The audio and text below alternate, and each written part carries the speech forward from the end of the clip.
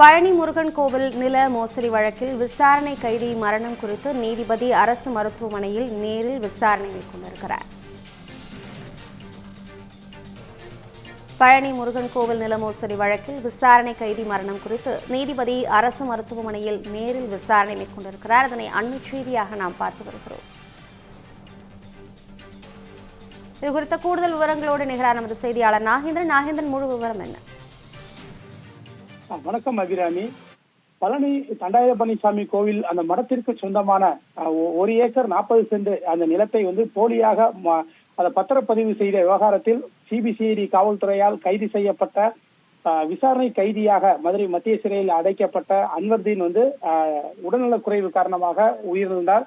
அவரது உடல் மதுரை அரசு ராஜாஜி மருத்துவமனையில் வைக்கப்பட்டிருக்கிறது. அவரது உடல் பிரேத பரிசோதனை இன்னும் சற்று நேரத்தில் துவங்கப்பட இருக்கிறது. இந்த நிலையில்தான் உயிரிழந்த விசாரணை கைதி அந்த மரணம் தொடர்பாக மதுரை மாவட்ட 1வது அந்த விரைவு நீதிமன்ற நீதிபதி ராஜபிரபு தற்போது மதுரை அரசு ராஜாஜி மருத்துவமனையில் அந்த பிணவரையில் வைக்கப்பட்டுள்ள அந்த உயிரிழந்த விசாரணை கைதி அன்வர்தீனுடைய உடலை பார்த்து தற்போது இந்த விசாரணை என்பதை மேற்கொண்டு வருகின்றார். இன்னும் சற்று நேரத்தில் மருத்துவ குழுவினர் மற்றும் நீதிபதி முன்னிலையில் தற்போது இன்னும் சிறிது நேரத்தில் அந்த பிரேத பரிசோதனை என்பது நடைபெற இருக்கிறது. சாதாரணமாக உடல்நலக் குறைவில் உயிரிழப்பவர்களின் உடல்கள் பிரேத பரிசோதனை என்பது செய்யப்படாது.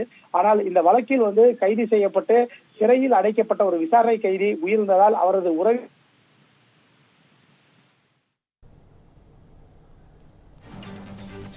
தகவல்களுக்கு நன்றி நாகேந்திரன்.